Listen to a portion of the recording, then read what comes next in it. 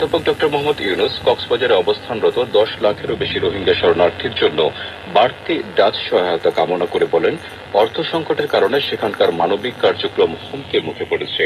তিনি রাষ্ট্রদূতকে জানান, জাতিসংঘ সাধারণ পরিষদের অধিবেশন চলাকালে আগামী 30 সেপ্টেম্বর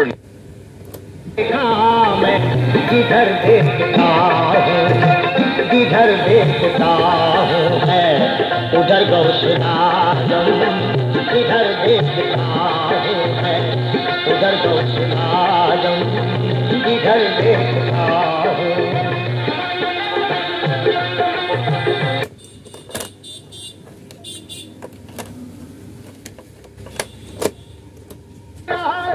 हरदम फकीरों के लिए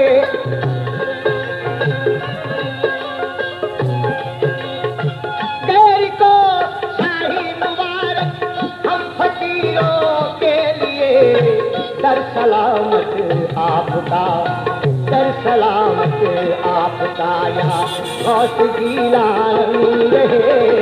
दर सलामत आपका या गौस गीलानी रहे। दर सलामत आपका, दर सलामत आपका অবদান রাখতে পারবে। সাইবার স্পেসে জুয়া, জালিয়াতি এবং প্রতারণার কোটি টাকা জরিমানা বা অধ্যাদেশ 2025 এই শাস্তি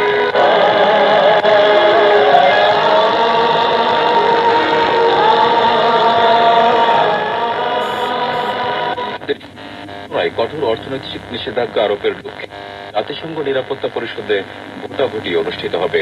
তেহরানকে পারমাণবিক অস্ত্রের সক্ষমতা অর্জন থেকে বিরত রাখার যৌথ সমন্বিত কর্মপরিকল্পনায় স্বাক্ষরকারী দেশ যুক্তরাজ্য, ফ্রান্স ও জার্মানি ইরানকে 2015 সালের পরমাণু চুক্তির আওতায় তার প্রতিশ্রুতি ভঙ্গের জন্য অভিযুক্ত করে।